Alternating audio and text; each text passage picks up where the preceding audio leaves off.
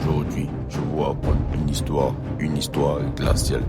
L'archer grimpa silencieusement le long du vieux Caïcédra, se percha sur une branche qui dominait le boulevard désert. Il testa la solidité, vit une éclaircie dans le feuillage et banda son arc. Les bruits de la ville dormante s'éteignirent autour de lui. Il attendit immobile, l'œil fixé sur la rue, 3 mètres en dessous. Sérigny Ladi sortit du bar à l'abreuvoir. Titubant, une femme à chaque bras, les néons facillaient la nuit avec ce terre glauque des choses faciles. Il se dirigea vers sa voiture sous le lampadaire, riant d'un rire gras cruel. L'archer, caché dans l'ombre, détesta cet homme. Il imagina, voulant des victimes, amassant l'argent sur des cadavres. Sa décision fut prise. Au moment où Ladi posa la main sur la voiture, une flèche traversa la nuit.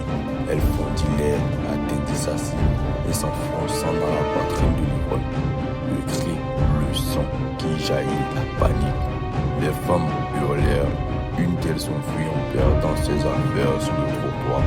Ladi s'effondra, arrachant la flèche dans un geste désespéré qui aggrava sa blessure. L'archer descendit de l'arbre comme un filet et se fondit dans la pénombre, longeant la grève, disparaissant entre les baraques du quartier populaire.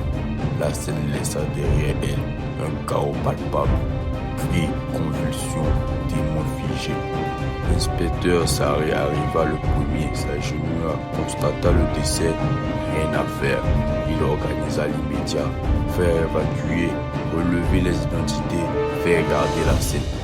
Les clients encore présents furent rapidement fouillés et convoqués au commissariat. L'affaire prit une tournure concrète. Le commissaire Mbaye, épuisé par d'autres dossiers, a dû faire face à la nouveauté d'un assassinat par flèche.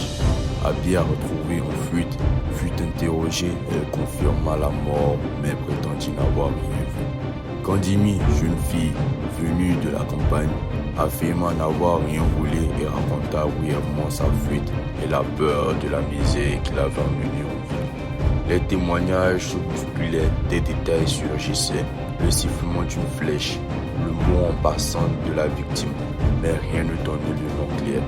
Mbaye sentit pourtant que l'affaire avait une saveur particulière. Pas une exécution ordinaire, mais un acte réfléchi, presque rituel. Il donna des ordres, fit fouiller, prit des notes. L'enquête commençait. Abonnez-vous pour connaître la suite de l'histoire.